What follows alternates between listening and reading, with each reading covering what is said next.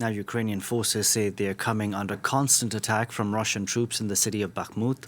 Moscow is eager to claim its first major victory as the war now enters its second year. While Bakhmut has a limited strategic value, Russia appears to be pouring in all its resources into securing this win. We can now bring in our international affairs editor, Philip Turle. Philip, great to see you. Bakhmut is in the news now, but it has been for quite some time. It's been this flashpoint city.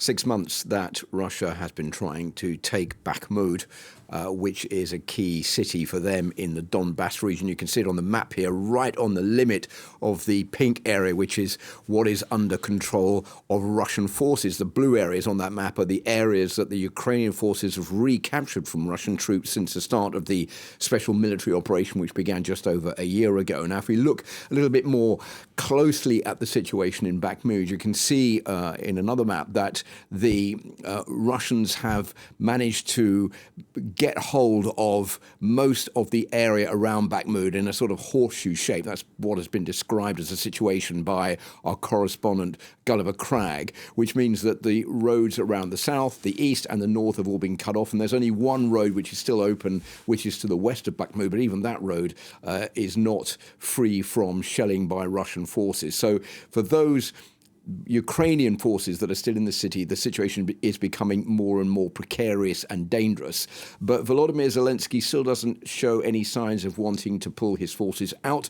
There are reports that the United States has said you should really concentrate on areas further south in Ukraine where you have more of a chance of pushing back the Russian forces. Let them take Bakhmut. It doesn't have that much of a strategic importance. What we're talking about here, Delano, is something that's much more symbolic. It's symbolic for the Russians, because Vladimir Putin desperately wants a victory. He desperately needs to take a town or a city to show the people back home that there is something positive happening for Russian forces in Ukraine. This has been a long, long fight. The second point is this is a war of attrition. Ukrainian forces believe that the more they pound the Russian forces, the more casualties they make amongst the Russian forces, the more this is going to get to them mentally, and it's also going to get to public opinion back home. That is why they're holding out there, because they say they're killing more Russian troops than the Russians are killing Ukrainians for the time being. So if this is just symbolic for the Russians, why is Moscow pouring in all its resources? Well, as I said, they need some positive news to bring home after a year of war. Many were saying that Bakhmut could have fallen on the 24th of February, which was the first anniversary of the invasion. It still isn't the case. Ukrainian forces are saying they could hold on for another a week or 2 weeks, maybe longer, but it could fall even quicker than that. But for the first time, Volodymyr Zelensky has been indicating that there is some reason for concern that maybe Bakhmut may be falling to the Russians fairly quickly. It won't change the course of the war. This isn't the city that's going to mean that the Russians are going to win the war in Ukraine, but it will be a blow to the Ukrainians. And it will also give the Russians the opening to two other towns, Slovyansk and Kramatorsk, which are nearby, north and northwest of Bakhmut. It also will give the Wagner Group more access to salt mines and gypsum mines, which are close by, valuable natural resources, which they've made no bones about the fact they'd like to get their hands on.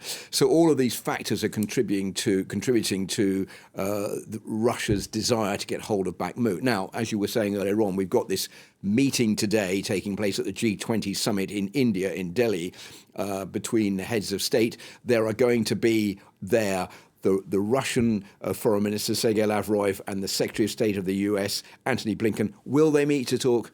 Pretty unlikely, I think. It seems that divisions are being exposed, even though India didn't want the conflict in Ukraine to overshadow the agenda. We'll see how that meeting pans out. Thank you very much for that, Philip. Philip Turle there.